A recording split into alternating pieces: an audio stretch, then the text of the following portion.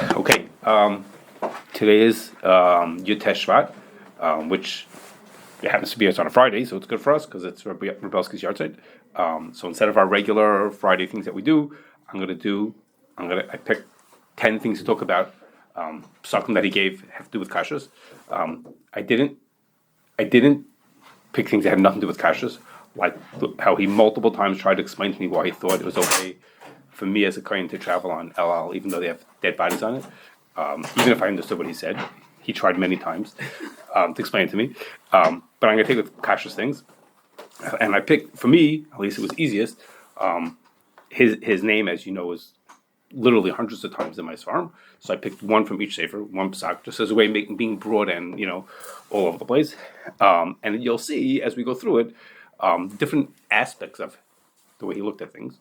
One is he had this special affinity for Mishnayos and Raisin towers, which he knew backwards and forwards like lots of other things. He was very hands-on. He integrated with his being Rosh Shiva. You think Rosh Shiva and Pesach and Kashrus don't go together, but that you'll see that also. And Stam, the logic and creativity and the down-to-earth way he answered shilas. Okay, so I'm going to go through 10 things. The first like this.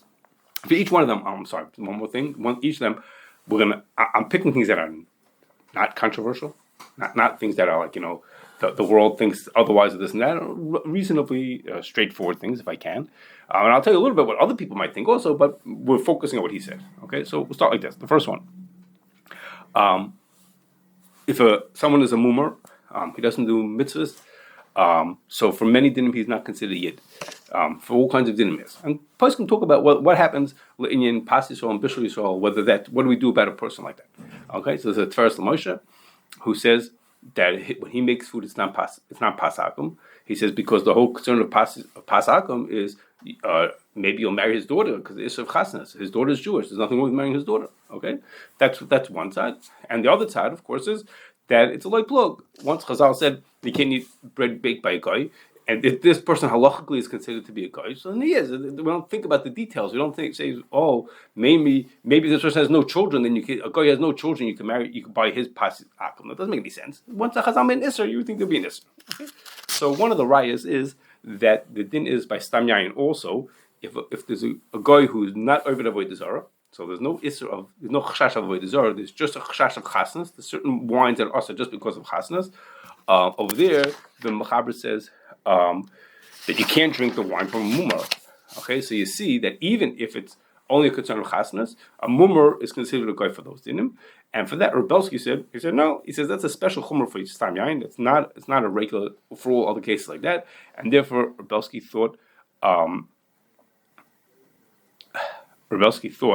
that you could be makel about that. That you could be makel about that, as did Rav Moshe. Okay, but lots of other Chachamim held otherwise. What is that? They're testing the system. Oh, okay, fine. Now, the two other parts that are relevant to this shaila are, first is, you probably well know, the Binyan Sin and the Chazon Ish following afterwards, who said is that the people nowadays who don't keep Torah mitzvahs, a lot of those people don't qualify as a mumar.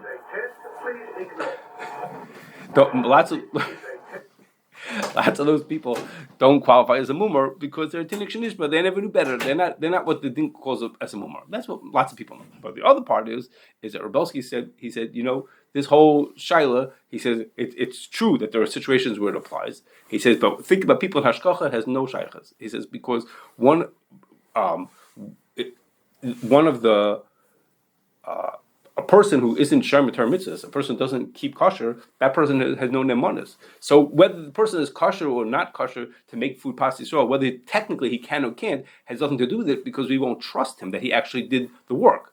Okay, and as an example of that, I was once walking into a factory. It was not under our hashkacha. I was walking with the mashgiach, who's the Rav Machshir for that hashkacha. I said to him, "How do you make the food bishri sold?" There was a bishri sold question. He says, John, who's there, is the one who takes care of Bishul Yisrael. So I said, he's Jewish? He said, yeah, he's not from, but he's the one who does all the cooking. He does all the cooking. So therefore it's Bishul Yisrael. I said, okay, well, let's see what happens. It's a little strange, but okay. We walk in, there's like 5 people working there. So you say, John, you turned on the fires? You lit out face, whatever they had to do to make the cooking? He says, no, I was busy today, so I asked Jose to take care of it for me. You know what I mean? Because he was doing it. I mean, he has no nemanis, he doesn't mean anything to him. So you're counting on him to make it pass Yisroel. That was Rav Belsky's angle. Was he said so in your house it could be negated. A person has someone in their house who's doesn't keep mitzvahs, and that person would cook. Then we could think about the shaila is that person passes souls and not passes soul. He says, but in fact, he said no shaykhs because we wouldn't trust the person, whether it's din considered passes or not passes or sort of was involved. So it's negated. Let's say it's hard to get to the machine. Employee to get there. Right. The machine standing. Yes, there. if you're watching, let's say, or in your house, it's more negate to happen. So question: does it make it pas Yisroel, or just doesn't make it pas akum? Is there something in the middle? The people who talk about so that. pas akum. It bakes by itself. Yeah, but some people are Yes, there's something in the middle. No. Does it make it more? There's such a shaila people talk about. It's not so negate, and the reason is because if no one did the baking, then we would look at who did other parts of it, who put the dough in, who did. In other words, the lighting the fire isn't the only thing that happens that would qualify. If the goyim put all the food together and put it together, he did everything. If it's kosher, okay, let's go on. Okay, number two. It's not a problem. I wonder if it makes it pas Yisroel. I'm saying. It's not pas akum. Okay, so next.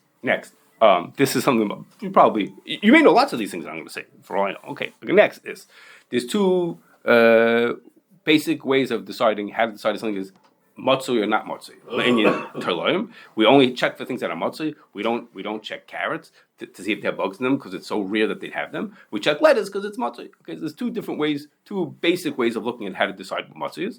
So Rav Belsky and Rav Azner thought of it that the way you decide whether something is hamatzui or not is you say if you see the bug in this place, would you be surprised to see that? Okay, if I found the bug in the carrot, I would be very surprised. If I opened an apple and there was a bug, it was like, oh my gosh, what a strange thing. If I find the bug in lettuce or celery, I'm not surprised by that. It happens all the time. Okay, so I'm not surprised by that. So that's hamatzui or not hamatzui is defined is it a surprise or not a surprise? Okay. And the second shita, the other shita is Rav Shechter says and others comes from a Mishkan Yaakov, who comes from a Gemara. That hamatzui is this mathematical formula that if it happens more than 10% of the time, then that's considered hamatzui, and if it's less than 10% of the time, then it's not hamatzui. Okay, so for example, okay, so the within that shaila of hamatzui, I'm going to explain you that other side. But we'll get back to Rav Belsky in a second. This side that you go by, whether it's 10%. There's two versions of how to look at that. It's hard to know which one is more chum, which one is more kan. I'm going to talk about that in a second. That's correct. So Rav Belsky himself said, and Rabbi Yashav thought that we look at that. We're looking at the vegetable. So does the vegetable have bugs in it more than 10%? So let's say we have 5 heads of lettuce. we have 5 heads of lettuce. And if there's a bug in those 5 heads of lettuce, then it's hamatzui because 5 head, it's 1 in 5. Okay, that's considered hamatzui. And Rav Shechter said we don't care the lettuce doesn't mean anything. We care for the person's going to be over anything for eating it. So we don't care whether the lettuce has bugs in it. We care if the person, meaning we should look at does 1 in every 10 servings have a bug in it. Okay, we don't care about the lettuce. What does it mean that the lettuce has bugs in it? We care about the person. So if those 5 heads of lettuce will serve 30 people, so then 1 bug in 30 servings is not hamatzui. Okay, and the other way of looking at it is we look at the head of lettuce. This head, there are 5 heads and 1 bug in 5 heads. So these heads, there's hamatzui to have bugs in them. Okay, now they call it a chumrah. 100%, 100% it does. And those when it raisins, it's so what I'm going to say, though that side that you look at servings has lots of problems. Okay, that has problems. Whichever way we look at it, has problems with. Because if we're going to say we're going to look at when I gave you a head of lettuce, so that seemed pretty nice. Okay, a lettuce seems like a thing. And what happens if we have raspberries? So is it 1 in every 10 raspberries? That's a bit cooler because there might not be a bug in every 10 raspberries. Should we look at every pint of raspberries? How about if we have parsley? So each sprig of parsley, is that one thing? Is it what they put in the store? They put into a bunch together. How are you going to make this unit up? In that lettuce, it's easy. A head of lettuce is a head of lettuce. We get it. We know what the piece is. But what's the piece when we're talking about other things that are very small? And what about the opposite when it's very big? Like you make cabbages. They make cabbages. Cabbage could be 10 pounds worth of cabbage. So 10 pounds of cabbage could feed 20 people. If you have loads of people, how much cabbage can a person eat? So we say 1 cabbage. If you have only a bug in 10 cabbages, that's enough to feed 100 people. So we have 1 bug in 10 cabbages. That's not considered hamatzui. So these are questions from that side.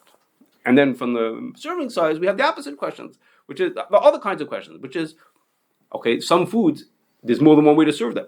Okay, one time when we looked at basil, we found it like this. There's this many bugs in basil, whatever the number was. And it turned out, if you use basil in pasta sauce, it was a bug in 80 servings.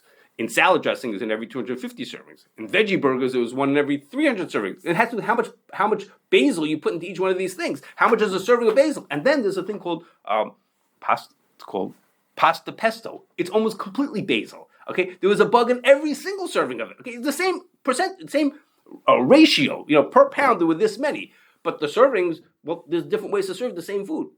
So you say I'm going to look by servings. Well, how many servings are? How do we measure these servings? Okay, so all of these questions push us back to what Rav Belsky said, which was we should look at it, not to be so mathematical about it. And are you surprised? You're not surprised. If you find bugs in basil, no one's surprised when they find bugs in basil. Okay, no one's surprised by that. Okay, and in raspberries, when you find bugs in raspberries, no one thinks it's strange. There are bugs all over the place in raspberries. Surprised by how many bugs, though. It doesn't have to do with it. It's not in how many. I'd be surprised to find in a carrot 10 or maybe one. I'm not saying. No, you would be surprised if you found the bug in the carrot. You would be very surprised. Whoever heard bugs in carrots? You call Rabbi Langer. Hey, did you hear there are bugs in carrots? Maybe I expect 2, but I'm surprised to find 20. No, but you wouldn't be surprised if you found bugs b'chla. Right. That wouldn't surprise you. Because that doesn't make it hamatzui. Hamatzui means is it when you come to find it. The surprise. One doesn't have any halachic bearing. One bug in raspberries. No, it's not a matter of saying now again. You're thinking from the percentage side. You think like the number side. Well, it's not that. It's that when I find bugs in raspberries, that doesn't surprise me. I know I'm going to find bugs in raspberries. Okay. Anyhow, now. Usually, to what David said, usually there's not such an nafkamina between the shittas. It usually turns out that everybody sort of agrees what's matzah and not matzah. They sort of come together. But there was one case where it came up very, very interesting. How Rav Belsky's way of looking at it was a big kula. Okay, and he spoke this out, which was like this. I mean, if you say you're surprised, then I could have a 1 in 100 carrots, and it's still gonna be awesome. I've never seen a bug in a carrot. So I have 100 servings of carrots, still gonna be awesome. Awesome? Mutter. No, awesome. Surprise. I'm sorry, yeah, okay. I'm sorry, Okay, so like this. No, I'm sorry, the other way. Okay, something that I'm not surprised, right? Yes. I could have 100 servings, it's gonna be awesome. Right, but not surprised by it. Yeah, it's probably not going to happen in 1 in 100 servings, but yes, that's correct. If I'm not surprised by it, I'm not surprised by it. That's correct. It probably wouldn't be 1 in 100 if you're not surprised by it, right? If lettuce, you're not, you're not surprised to find bugs in lettuce. Probably won't be only 1 in 100 servings. What happens after you wash it? You'll be surprised? No, now it's like a different thing. There's lettuce washed and lettuce not washed. Yes, it's a different thing. Yes, that's correct. Okay, so like this, there was a big question about whether the water in New York that has copepods in it, whether those copepods are us. Okay, I'm not going to talk to you about why Belsky thought that they were mutter. Okay, that would be something controversial. Okay, we're not going to talk about it, but let's work with the hanacha that those copepods in the water are us. Okay, let's work with that hanacha. Okay, even if you'll say that it's usher, he says, tell me. He says, I think at that time, there were 8 million people living in New York. Okay, for 100 years they've been drinking the same water, and nobody ever saw a bug in there. Okay, until somebody discovered it by mistake, no one ever saw it. He says, so did you ever hear such a thing? That he says, were you surprised to see it? Yeah, for 100 years, 8 million people a day have been drinking this water, and none of them ever saw a bug in it. Okay, so he says, so it's not hamatzui. He says that tells you that this thing is not hamatzui because he says no one ever saw this. Whoever heard of a bug in there, and I mean you walk the person in the street still today. I'm not talking about from Yidden who are thinking about it. But the regular guy in the street say, do you see any bugs in your water? Of course not. My water's great. Okay, so as opposed to the bugs are there, but the bugs are there. No, for whatever reason they're not seeing it, so that's a different question, No, if they're not seeing, he said, you can't tell me. They will make all kinds of mathematical formulations of how many bugs there are per gallon to decide if it's matzah or if it's not matzah. He says, how can you tell me? He said, stop with the numbers for a second. He says, how can you tell me it's matzah when everybody who drinks water thinks there's no bugs in it? Yeah, they're not seeing it because it's not there. They're not seeing it because it's too small. So you want to be matzah on that is something else, but right? The reason why they're not seeing it because You'll think about it. Okay. No, I'm saying it's water's in front of it. We know this is water. Nobody will see it, right? And once you point it out to them, they'll notice it. No. It's true. Okay. Number 3. Okay. We'll see if we can get through all 10. Number 3. Okay. Everybody knows that if you don't tevel your keilim, your food doesn't become treif. That doesn't affect the food. So if there's a Jewish person who owns a factory and he makes food, we don't make him tevel's keilim. Okay, we don't make him do anything except things to do with kashrus. We don't tell him we don't give you hashgacha unless you start wearing tzitzis or if you start being Shomer Shabbos, because we don't sort of use our power to say we won't give you hashgacha unless you follow some kind of a mitzvah. So he has a mitzvah to tevel his keilim. We don't tell him he has to tevel his keilim. The guy owns a factory, but in a restaurant we do tell them. In a restaurant we won't give hashgacha unless he tevels his keilim. Okay, so the question is, what's the difference? Why, if you're a factory owner, we tell you the guy eating person. I'm going to come to that. It's not klei suda. What? In a factory. So there's an argument that maybe not klei suda. It's a question whether that's correct or not correct. I'm not talking about that. Assuming it is. Food that you use for cooking also needs to be tevel, not just things that you eat with. Okay, we can argue about whether that is klei suda or not. Okay. Okay. So first we'll do some just more like fuzzy reasons why we like it. Okay, one reason people gave it. They said is, the store owner, when he comes to you and says, "Rabbi, I want you to give hashgacha," he's counting on you to take care of all the religious obligations that have to do with this food. He's saying, "Rabbi, here's the money. You make my food kosher." And if that means being tevel, it isn't from tevel and keilim, so he's sort of like counting on you, Rabbi. You're doing everything for me. When he comes up to Shemayim, he's going to say, "What do you mean? I gave it to the CRC. I told them that they have to take care of the kosher for me. Tevel and keilim, I know whatever they tell me." So we sort of feel more of an obligation as opposed to the guy in the factory. He doesn't have that connection to us. Okay, that reason, which sounds nice, wouldn't work if the guy puts up a stink. He says, "I don't want tevel and keilim. Leave me alone. I want to take 1,000 cups to the mikvah. Leave me alone. I don't want to do it." Right? That wouldn't work like that. Okay. So another version of the same fuzzy kind of reason why we more market in restaurants is because hashgacha on restaurants didn't start off with big fancy organizations with computer systems. It started off with the local Rav in town, and he gave hashgacha on the pizza shop in town. So that Rav, of course, looked out for the good of everybody. He probably encouraged the guy to be Shomer Shabbos and send his kids to yeshiva also. So sort of we continue that matzav as opposed to factories is a whole different kind of stuff. Okay, that's all. Those are the fuzzier, warmer reasons for why we should be marketed in restaurants. But a simple reason is because there's a person going to walk into the restaurant. The person's going to walk into the restaurant. He's going to eat on those plates. Okay, if they serve on real plates, he can eat with a fork. If in that kind of a restaurant, so we have to tevel it because the yid coming in is counting on us to do it. Okay, when he thinks the place is kosher means I'm allowed to eat in this place, so we're counting on him. Okay, so so that's fine. He's Irreligious? The person who's eating it, yeah, he's Irreligious. It's not his fork and it's not his plate and. But you're not allowed to eat on keilim that weren't tevel. Okay. There's a interesting truth from Zalman. I had nothing to do with today. Nothing to do with this. Interesting. He says no, you're not mechuyta. He says because the person, it's impossible for him to tevel it. The owner won't let him run out to the mikveh to tevel in the middle of the supper. So maybe he's patur. But most people don't think like that. Okay. So Rav Belsky said so that's fine. That's fine for the dishes that go out to the customers. He says, what about the pots? What about the pots and pans in the kitchen? So he says, well, simple. He says the pots and pans, our mashgiach is also going to maybe involved in the cooking also. Okay, he's going to make food bishul Yisroel. He's going to be doing things in the kitchen also. So to save our mashgiach, we should make sure they tevel the pots and pans because. If you take a spoonful from the pot. No, because he's going to be part of the cooking. He's going to be part of the cooking. It's the same svara. The owner's not going to allow the mashgiach to run out with the pot. I told you, most people don't accept this thing with Sham Zalman. Cooking. You're not allowed to use keilim that weren't tevel. So you're not allowed to eat for them. You're not allowed to cook them. What's the same? Cooking? No. If you're cooking to make dog food, that would be okay. But if for someone else to eat, the same way that I can't eat on a dish that wasn't tevel, which is it's a drabanan. Don't do this because we want to make sure you tevel things. So here the same thing. Don't cook in this pot if you didn't tevel it because we want to make sure people tevel their things first. Okay.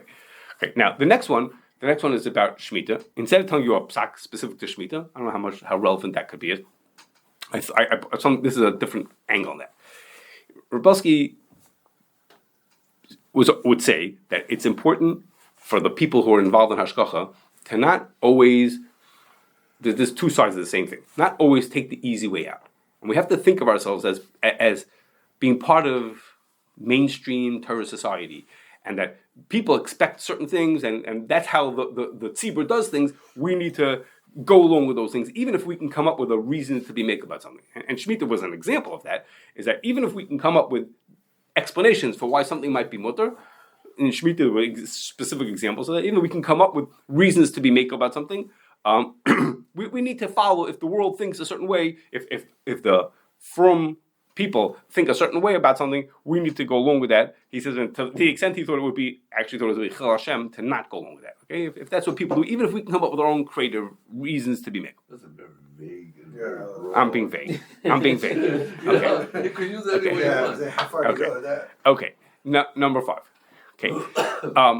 There's something called, you probably heard of it, something called raisin juice, which is 100 years ago when you couldn't afford wine, they would make wine out of raisins. And they just your father. Okay, fine. Less than 100 years ago. But he was probably doing it 100 years ago, right? So he's older than you are. So it was. So they soak raisins in water, and the juice comes out and becomes like a wine. Essentially, it's a wine. Raisins are just grapes, are dried out grapes. Okay, so they make like that. So we assume, Achronim assume that just like you could be mavashal wine or grape juice, and then if a guy touches it, it doesn't become mutter. So too, if you mavashal raisin juice, it'll also become mutter.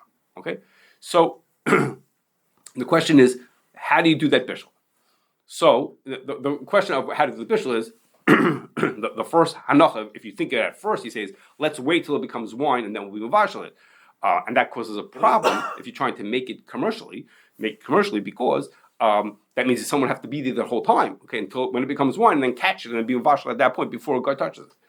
So people say this. They say, well, there's a Rav Moshe has a tshuva. It comes from a Rashi in Menachos, if I remember, that says that you could be mavashal wine even before it's wine. Okay, the rule in wine is that when grape juice and the juice that come out of them are not considered wine until there's something called hamshacha, until the liquid separates from the solid.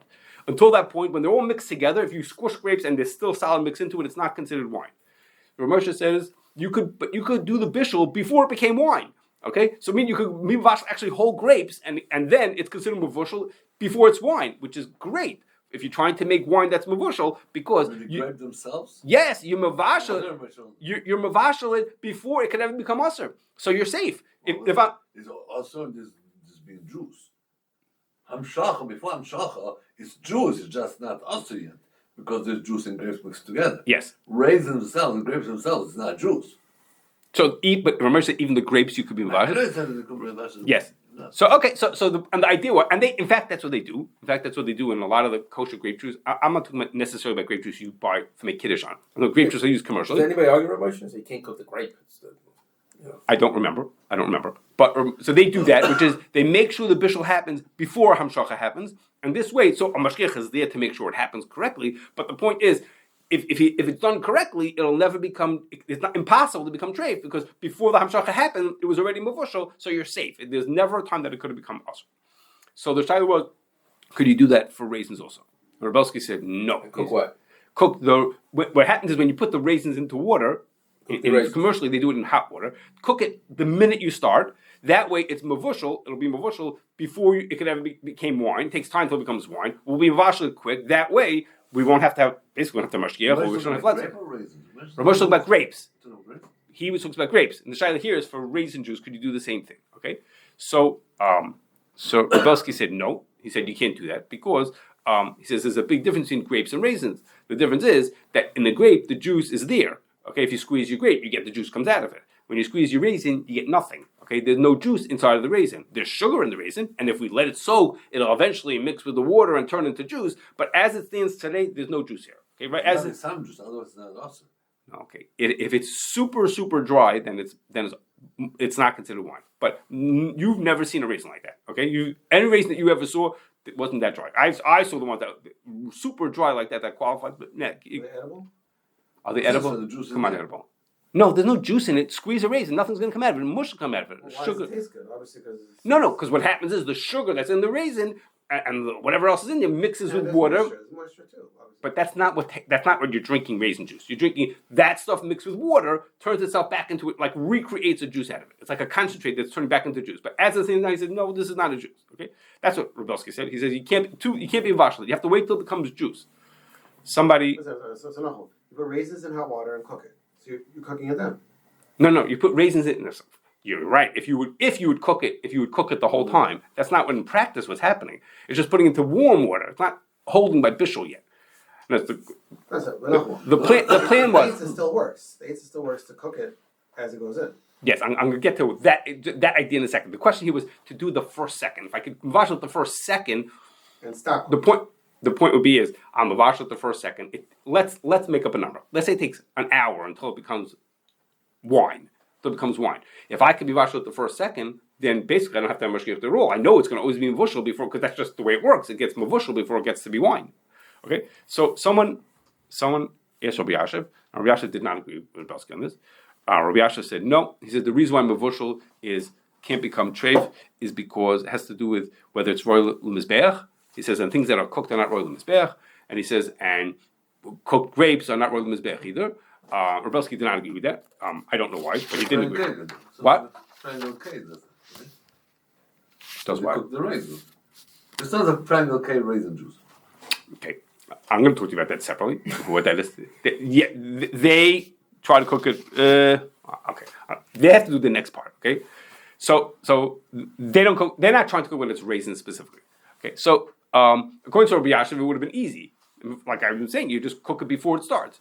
Okay, Rav Belsky didn't go with that. Rav Belsky said another thing, and that was that not only do you have to be mavashel, you have to become juice. He said, but I'm sorry, I'll stay in this thing. You have to be mavashel once it becomes wine. Okay, when does it become wine?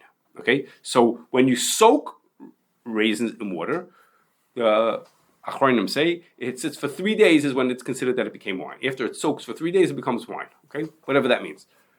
Well, what about when commercially they don't let it soak? They put it into hot water and make it happen faster. So at what point did it cross the line from being not wine to being yes wine? For juice, we know what it is when there's a hamshacha, when the liquid separates from the solid. At what point has enough stuff come out that makes it solid? It's very unclear. Commercial American law says when something hits 18 and a half bricks, that's when it's considered to be single strength juice. Okay, so some bureaucrat decides that's what it is. But what's the din? At what point do we say enough juice came out to be mevush? And the point is that takes an hour, 2 hours, or 12 hours. At some point, till that point, someone's got to be there to say when you cross the line, I make sure it's mevush. Until then, no guy can touch it. Okay, so that's a very unclear issue. Well, if you let it cook the whole time, it's fine. But no, they don't let it cook the whole time. They don't want it to cook. I don't remember the technicalities. They don't want it to cook the whole time. At some point, you'll raise the temperature to be mavashlet, but they don't. I don't remember what. But they don't want to cook it the whole time. Okay. The last thing he threw in was Belsky said it also has to be mavashlet in a klirishin. It doesn't help to be mavashlet just by being in hot water. That made extra complications to it. Anyhow, so you follow That's pretty partial. what? That's pretty partial if you're not klirishin, you're not mavashel. Okay. So yeah, the OU stuff is made like that. Other people did it other ways. Okay. Next, we know that it's hard to be mafresh challah for factories that are far away. We have no yid who's there every day every time they make a batch, pull off a little piece of dough and say, "How's your truma?" So there's this tevel system, which is we make a batch of dough, and in the case. The way they do it is they make a batch of matzah, and they bake matzah, and they're not mafresh challah. It's matzah that needs hafresh challah. They're not mafresh challah.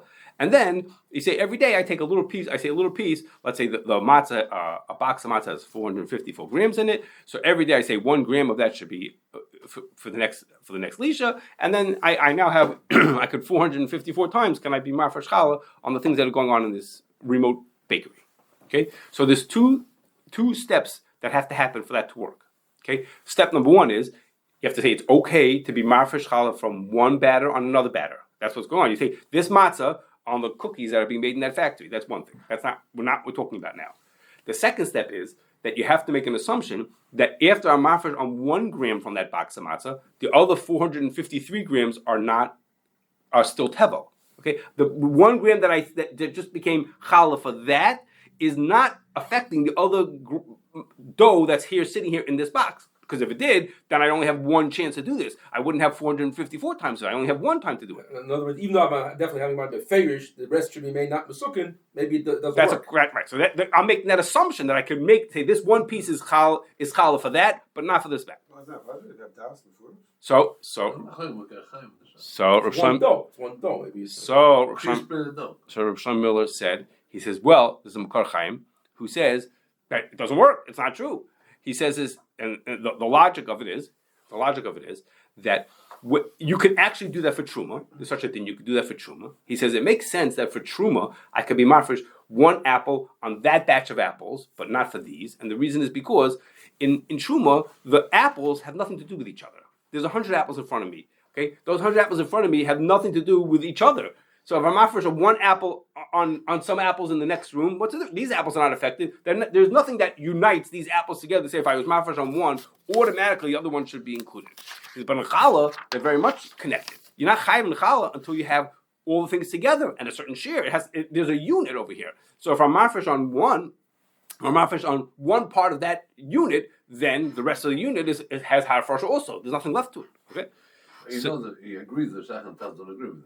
I'm coming to that, though. I'm coming to that. Okay. So too smart, though. Especially Hafrashas Challah. I shouldn't start with even Hafrashas Challah. Okay. So to that, Rav Belsky said, he says, I don't understand. He says, how could the Makar Chaim say that? He says, how could he say such a thing? He says, it's a Beferish Mishnah that you're allowed to do it. In Challah, okay? A Mishnah about Challah that you're allowed to be marfish from one piece, and it doesn't affect the whole rest of the thing. You could be marfish from one on the other one. He says, how can the Makar Chaim say it? So he said, Belsky says, I'll tell you the answer. I'll tell you the answer why the Makar Chaim is not like a Beferish Mishnah. It's a Beferish Mishnah that you're allowed to do that. Okay, I wouldn't know that, but he knows that. So it's a Beferish Mishnah. He said the difference is that the Makar Chaim is talking about you being mafresh one part of a batter on half of the batter, but not the other half. He says, once you're mafresh on part of the batter, you can't not be mafresh on the rest of it. He says, the Mishnah is talking about, I'm being mafresh from one piece from here on a batter of a different batter. So then, I'm not touching this batter. This batter is staying chulin. If this batter stays chulin, I'm only being mafresh on the other batter, and they're making that one into chulin. I'm sorry, this one stays tevel. I'm being mafresh on that one, that it should become chulin. That works. He says, the Makar Chaim is talking about when I'm being mafresh on one piece, on half of what I have to make it chulin. I can't say half of it is chulin and the other half is still tevel. That's what I can't do. Otherwise, he says, Makar Chaim couldn't say such things. It's not like Beferish Mishnah. Okay, so Rav Belsky, and therefore Belsky said, so therefore in our case, that's what we're doing. We're taking a piece of the matzah to be hafrasha on the cookies that they're making in the factory. Have no shaykhs to each other. Okay, so before we go on, just two dangerous things based on what Rav Belsky just said. Just two things to bear in mind. Okay, that is if you use tevel matzah, when I'm about to say tevel matzah, instead of what we do, we use tevel dough. We make our own little batter of dough for this bakery. When you use tevel matzah, two things. First of all is, what Belsky is saying is that it works because you're being mafresh on a different batter. He says, what happens, now think what happens, the people who make this tevel matzah, they don't make it for me. They make thousands of pounds of tevel matzah, and they distribute it all over the place to all these different hashkachas who want to use the system, all different factories that want to use the system.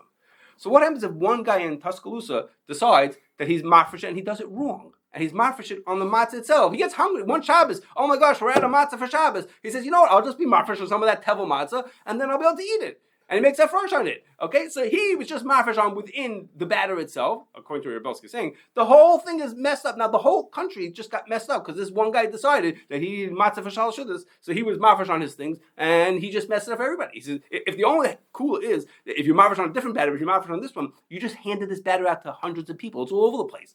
Okay, so we're taking a chance of someone messing it up by being mafresh on itself. Second is that it's not just a random guy who decided he wanted to be mafresh on himself. It sort of happens automatically. I'm not saying for sure, but it seemingly happens automatically. And that's like this. You have this bakery that makes these tevel matzahs. Okay? The bakery finishes making tevel matzahs, they have a problem because their keilim are treif. Their keilim have blias of tevel in them.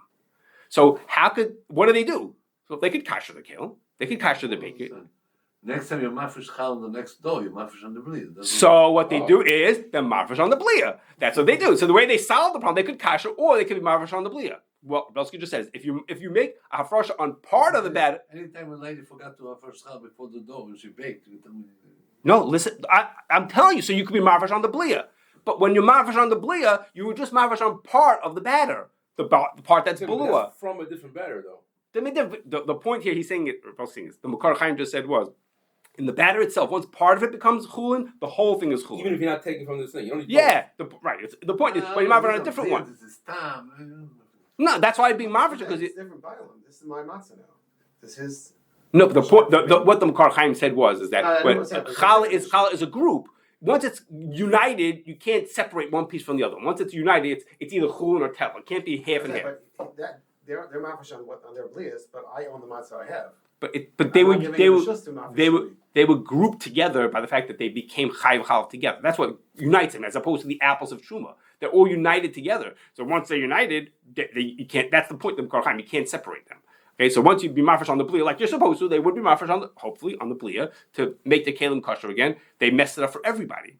Okay, so maybe the good news is I'm not sure this will answer my two questions or just solve that problem. But it happens to be Rishon Milam points this out as the Reb Chaim Raisin, who actually talks about the Mishnah in Chala, who says is that the Makar Chaim himself says lots of people disagree with me, and in the end the Makar Chaim himself says it's not true. Okay, the Makar Chaim himself is Mekel to say that you don't have to be makbid on this. So maybe that'll solve our other problems also. Maybe even in the case where it's done for himself, he'll be Mekel and say that it's not such a problem. Okay. Okay, now on to Shechita.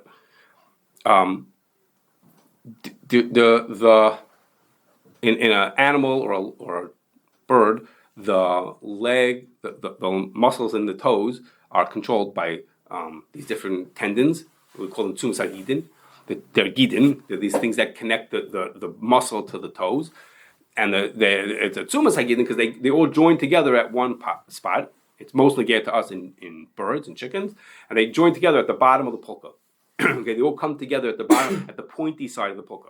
Okay, and then if you don't have it at home, but the chicken that has the rest of its leg is up below it, or the foot is below it, so it continues there out and then goes out to the toes. And the din says that there are 16 of them.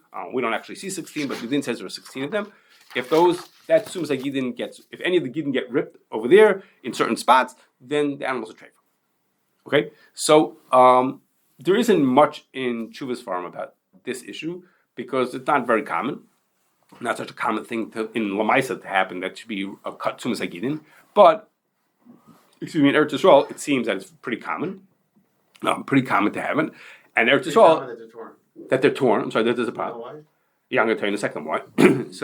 So in Eretz Yisrael it's pretty common that it happens. So in Eretz Yisrael the shchitas check it. They check for tzumas hagidin just like they check other things. Different other things they check because it's common, and therefore they check for them.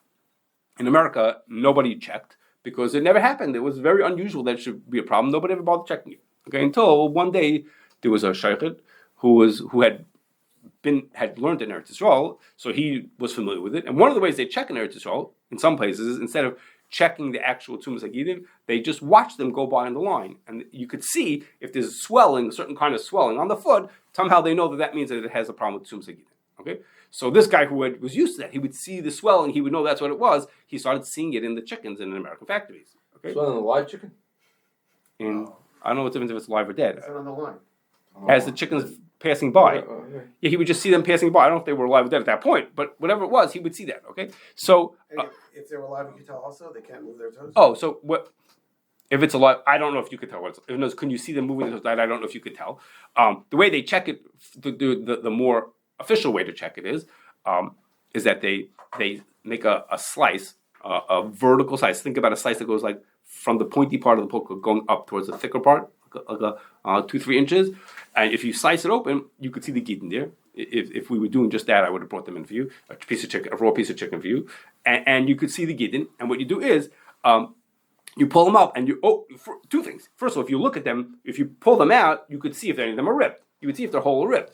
If you do it when the bottom is still attached, you could actually wiggle the toes by that. Okay, but you don't have to do that. You just pull them up, and you could see whether they're ripped or they're whole or not. Okay, so this person started noticing that it was in America he was seeing more and more of them.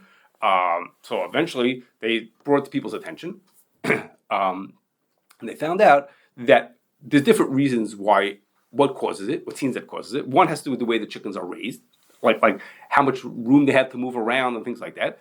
Maybe that has to do with why in Eretz Yisrael it's worse than here. It has to do with different ways of raising chickens. But in America, it turned out that what was going on is that they had changed some of the vaccinations, I think it was. They changed how they were taking care of the chickens. And when the places that had changed caused this kind of a problem. Okay, somehow the thing they were doing over here was causing problems with tzumas hagidin. And they were eventually able to isolate and figure out that's what the problem was. It was a lot of work. It was Seth Mandel and OU people who did a lot of looking into things to figure out what was going on. And eventually they figured out this is what the problem was, and the farm stopped doing it, and instantly the problem went away. Okay, because that just took me 30 seconds to say that. It took them months to figure that out, but eventually they were able to point to a specific thing that had changed, and when they stopped, they undid that change, everything went back to normal. Okay, so Rav Belsky said that's fine. Now things were back under control. He says, but now we've been alerted to this idea that things could change like that. So he said, from now on, they should check check samples of birds that come in to see if they have tzomas hagidin. Now, what I'm saying is like this. Some people did not like that. Some people said we're going to check every single chicken. And there are some shechitahs that check now in America, they check every single chicken for tzomas hagidin like they do in Eretz Yisrael. Okay? Rav Belsky said, no, you didn't have to do that. You could just do sampling. And what they do is, the place to do the sampling, what they'll do is, if a batch of chickens is going to come, there's going to be 10,000 chickens going to come.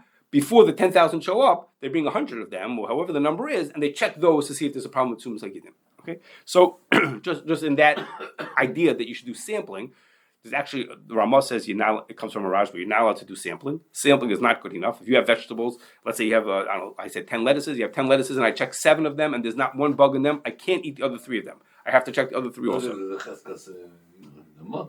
If it's right, so one reason why in this case the sampling is okay is because it's not hamatzui. Okay, that whole thing is assuming there's hamatzui in the first place. Okay, here it's not hamatzui. And the second thing is it's a little more detailed, but more important, and that is the this comes from Chayadam, that we say that you're not allowed to do sampling is only when the sampling, when we're trying to see are the bugs. Let's say in this case, is a bug in the lettuce or not.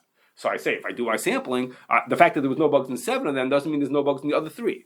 He says, but if the sample that I do will tell me that these are a different type of lettuce, okay? In the Chayadim, it's about chametz. Rav Moshe talks about it I want to make sure that they put DDT on these vegetables.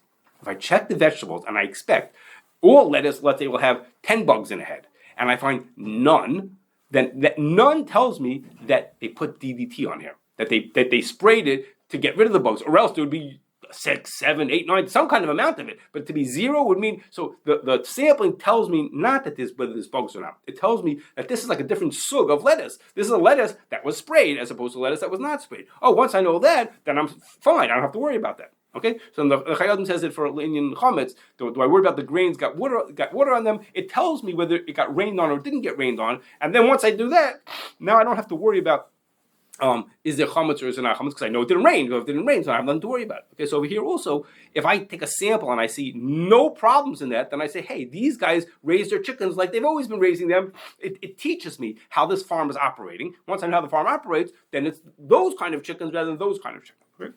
Was that argue and check everyone because you disagree with No, they said once we got scared, they said we're just gonna be makbid, we'll do like an Eretz Yisrael, we're more from, So. Probably if these ones that are makbid check, if they keep checking, don't find anything, they're gonna say, what are we doing? They find like maybe 1% or less than that, So they're saving. There's certain finds that were really treif or potentially treif. They're not finding a tremendous amount. The guys who are checking a lot are still not finding a lot. They find, but they check, So give you a parnasa. Anyway, okay. One other thing about shechita. I know I'm doing 2 things, but I'm going to try to wind down. We're getting there. Is the Ramah says that kamat all the chaylev is in the back half of the animal. All the chaylev deraisa is in the back half of an animal. Also, the back half of the animal has the gid hanosha, and therefore, because of these kind of things. There are lots of places that only use the front half of the animals.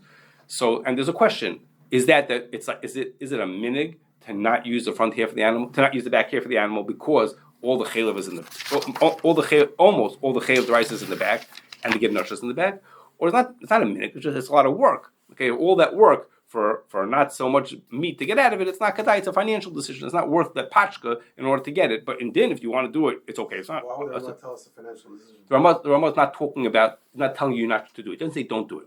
He points out that almost all the chaylev. Ramah, it's an exception. He says one exception is in this spot on your pastrami. That's this chiyuv that could be the Raisin that's in the front half. He's coming from that angle. He's just making the point, which is the truth, that almost all the chiyuv the rice is in the back, and therefore, so the question is it really a minig or is it not a minig nowadays? And there's different people have looked at it differently.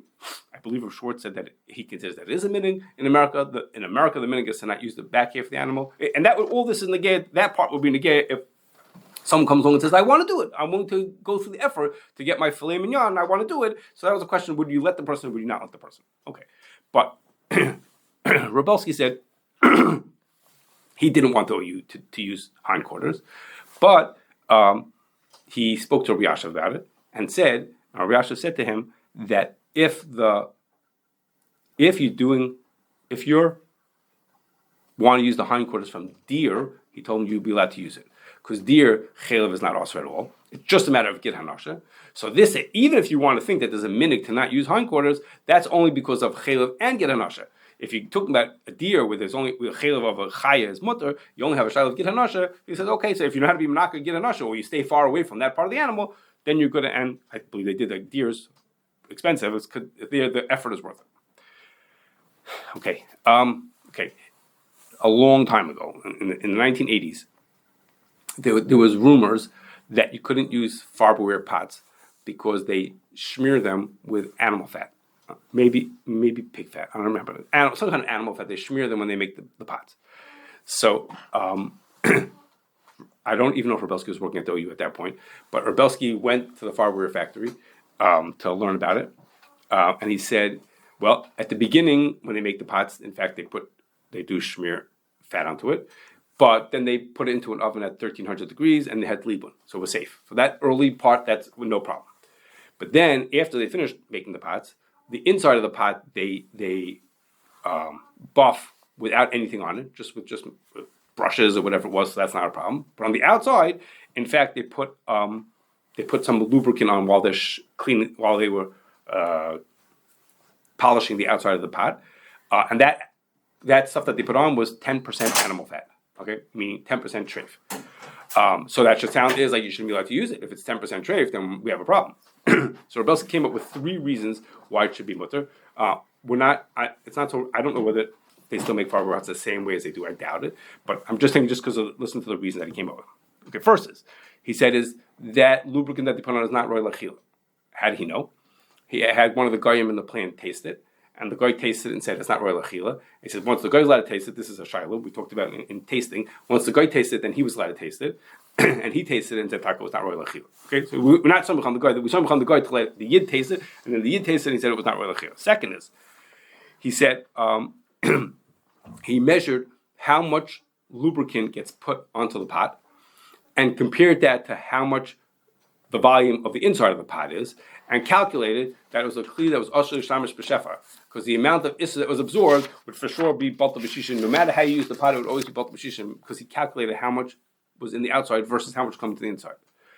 And his last reason to be mekel was, he says that he figured no matter how much you put into the pot, because the buffing is on the outer walls. So there's only that much into it, you know. I don't know if they did the bottom. Maybe they had to do it. Why they didn't? They only do the sides, not the bottom. Is the pot hot? The third thing is that it's not put on hot, but the polishing itself, the friction of it causes it to get to 275 degrees. So there's potential here for blia. But he said that when he watched it and he played around with it, he found out that it cooled off instantly. Okay, and the friction that was caused it to heat up, but it the heat went away right away. So he said that has the din of a klisheni. Hagam that it's being heated up, so to speak, in itself. He said it has the din of a klisheni, but the there's no tam. He says, and for sure to say in a klisheni, even if we're choishish for tam, it's only kedei klipa. Well, that's the wall of the pot. So he says it'll be bottle, and you don't have to worry about it. Okay, so that was just a okay. If I can, I'm going to do 2 more. What? No. You're using the pot in your house. So I guess Bittl's Achili talk about the Asr Shamish B'Shefa. He got away with that, you know. He says the blue here is only connected. If you hold like the yes, we'll get to that. Not today, a different day. Yes, okay. I'm going to try to do this one quickly. Okay, there's a you might know a shita before I get to Shita. If a cow's a treifa, you're not allowed to drink the milk from that cow. Okay? So because of that, usually we assume that a cow's not a treifa. If I milk a cow and I take the milk out of it, the cow's assuming not a treifa. Behemoths are not treifas. I'm assuming my cow's not a treifa. I'm allowed to drink from it. So Rav Shachta said, he said, that's really nice. That's really nice. If I go to one cow or two cows, I have a bunch of cows on my farm, and I get out, I take out the milk.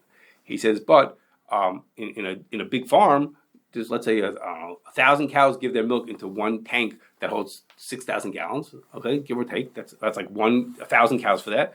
He says, so the chances that there are no treifas on there are, he said, infinitesimal. It happens to be, it's 1 out of 5 with 45 zeros after it. Okay, the chance that there are no treifas in there is okay. It's How many cows? 1,000 in 1,000. That there should be no treifas. You just say it in different words. How many of those 1,000 have treif? To say that 0 of those cows are treif Right. is almost impossible. In reality, basic. So now he says, okay, but one treifa wouldn't be a problem. If there be one treifa in there, one treifa's milk would be bottle. He says, but there would have to. What happens if there's 17 cows? Otherwise, you don't have 1,000. You don't have 60. You have bittul b'shisha, right? Crunch those numbers, man. Say it again. I don't know why you're doing it in 1,000, because that would be. You have to figure out, is there bittul in 60 cows? That's what it is. Right, so, but of these 1,000 cows, if I pick up one cow, I say roy behemoths are not treifas. I pick 2 cows, roy behemoths are not treifas. What happens if I take 1,000 cows? Can I say of those 1,000 cows that all of them are not treifas? Yeah. So the important question is whether I would have bittul. So I'm about to say. So out of 1,000 cows, to say that it's not bittul b'shishim, I have to be less than 17 cows that would be treifas. Okay. For that, Who would let come up? Everything is kosher. I'm coming to that. You're way too smart for me, David. I'm coming to that in 1 second. So he said, so that works out to be 5. The chances are 5 in 1 with 26 zeros after it. Okay, the other one I had a word. The other one is called quadroterodecillion. Okay, in case you want to know what there's a I number. crunched those numbers and I had to came to different numbers. Okay, so he's saying that it is likely there are it's 17. not. It's for sure. For sure 17. That's for 17. I mean that the amount. For sure, nothing. There's no nothing. All 1,000 can be fine. All 1,000 can be treif. There's no probability. Laws of probability. Right.